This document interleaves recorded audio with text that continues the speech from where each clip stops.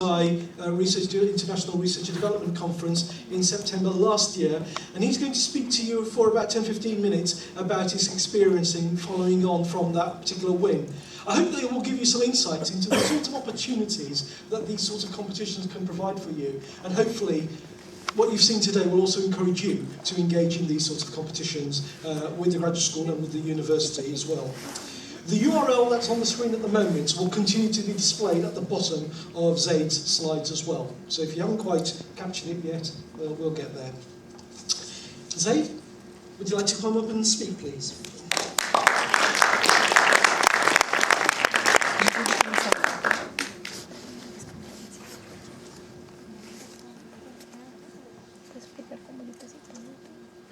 Thank you so much, Pamjit, for that very kind introduction. It's truly my honor to be speaking here at the first ever live final of 3-minute thesis at the University of Nottingham. I love this slot before lunch because I know none of you are paying attention and everyone's thinking about how soon can I get into the line so my food doesn't get cold. Fantastic. Before I begin to tell you about my 3-minute thesis experience, I just want to tell you a small story about what the potential impact is of communicating your research. So I'm from Mumbai, India, and most of my friends are not engineers, not scientists. They've all gone into their family business. So in 2013, when I told them that I would be starting a PhD in the University of Nottingham, they told me, "Are you serious? You are going to be spending 4 years on one topic with a reduced stipend. Can you please think twice and try and join something where you might make some money?" Every year, I used to go back to India, and just to look a little bit smart, I used to tell them about my research in a very complicated way, with a lot of technical jargon. And they would say, "Okay, let's move on." Finally, in September 2015, when I entered the 3-minute thesis competition, one of my friends called me up, and he said, "Okay, so that's what you're doing." And it was in a conversation with him, which lasted about 1 hour, that I realized what the potential benefits are of communicating your research. Your research is much more than just a lab, just a technical paper, or just a presentation to your research group. Your research and the impact it makes is most important to change the way people are thinking in the world.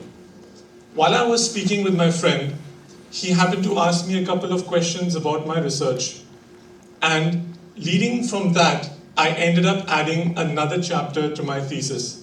And this was just from one conversation with one non-specialist friend who had no interest in my subject before he actually understood what it was. So I'd like to now begin with a little bit about how my 3-minute thesis experience has been. 8th of September 2015, the Midland Hotel in Manchester. 48 semi-finalists were narrowed down to 6 contestants, and we were presenting in front of 350 conference attendees from all over the world. This was an extremely nerve-wracking situation, as you can imagine. It was the first time as well that the University of Nottingham had reached the final, and I had able support from the graduate school present at the event. I was fortunate enough to win both the Judges' Choice Award of £3,000 to spend on research activity and public engagement, as well as the People's Choice Award to present at the Royal Institute of Great Britain at the Faraday Lecture Theatre. This was the first time in the history of the competition that the University of Nottingham had won the award, and the first time that a single contestant had been fortunate enough to win both awards on offer.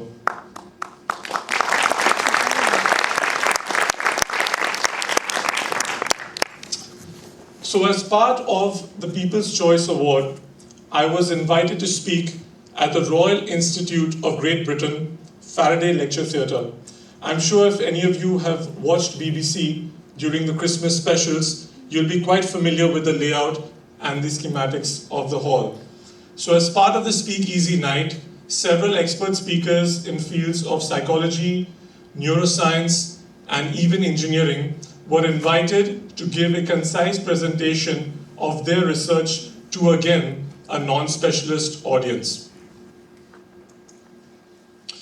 As part of my prize money from the total £3,000, I was invited to conduct a public engagement program with a school in the university in Nottingham.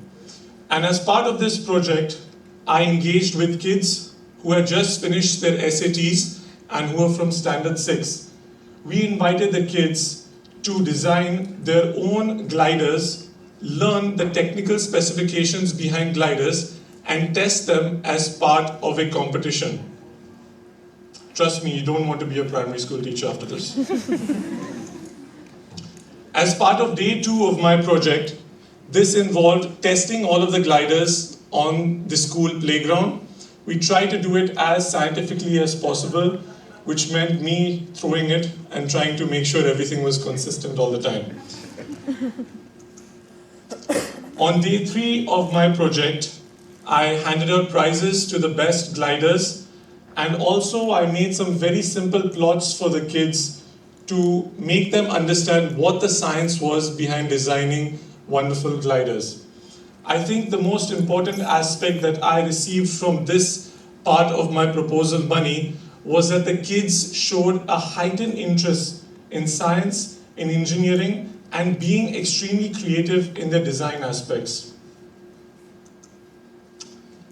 With the rest of the money, I am going to Italy today, and I have £2,000 to spend at a conference in Jan. So for all of you who are wondering, well, okay, someone is speaking on stage, but hey, what's going into my bank account? I'm sure there are lots of opportunities for you to travel to conferences, to research visits, to specific occasions or gatherings that might be important for you to improve your career opportunities by taking part in competitions like this. Now, what can this actually do for you? I was fortunate enough to be interviewed by 2 separate journals. One was the fortnightly research jobs that counts all of the up-to-date academic and research activities in the UK. Taylor and Francis have just interviewed me to put as one of their spread stories on Sort Bios, and this is because they are the sponsors of this coming year's competition. One of the other things is an increased online presence.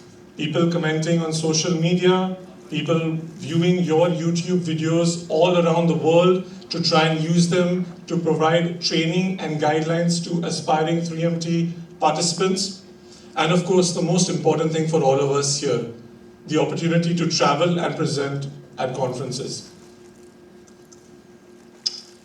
Now, if you're thinking after your PhD of not going into academia, or you're thinking possibly about not just being a normal industrial worker, you can develop different career options as long as you make the effort to communicate your research well. There are some people who I met during the Speakeasy night who are now involved in scientific blogging. Some of them travel the globe giving their respective talks to non-specialist audiences all the way from South America to Australia. And of course, alongside your normal academic career, it's very easy for you to hold training courses and participant modules with respect to your communicating your research. Recently, a university in UK contacted me and asked me to help them win next year's competition, but not to reveal their name. So I think so I'll be keeping a little bit discreet about that as well. But yeah, that is one of the other opportunities that you have. Finally, what I'd like to tell all of you is, for some of you, it might be 3-minute thesis. For some of you, it might be a poster. I've heard there's a competition where you can dance your PhD. There are many options, but until you make the effort to communicate your research to a non-specialist audience, it will never move beyond the 4 walls of your lab, your university, and your general academic circle. So finally, all I would like to say is that I'm glad I'm not competing this year, because I'm insanely jealous of all of our 9 participants. And I hope that this beautiful trophy does not leave the University of Nottingham campus for another year. So all the best, and thank you so much for listening.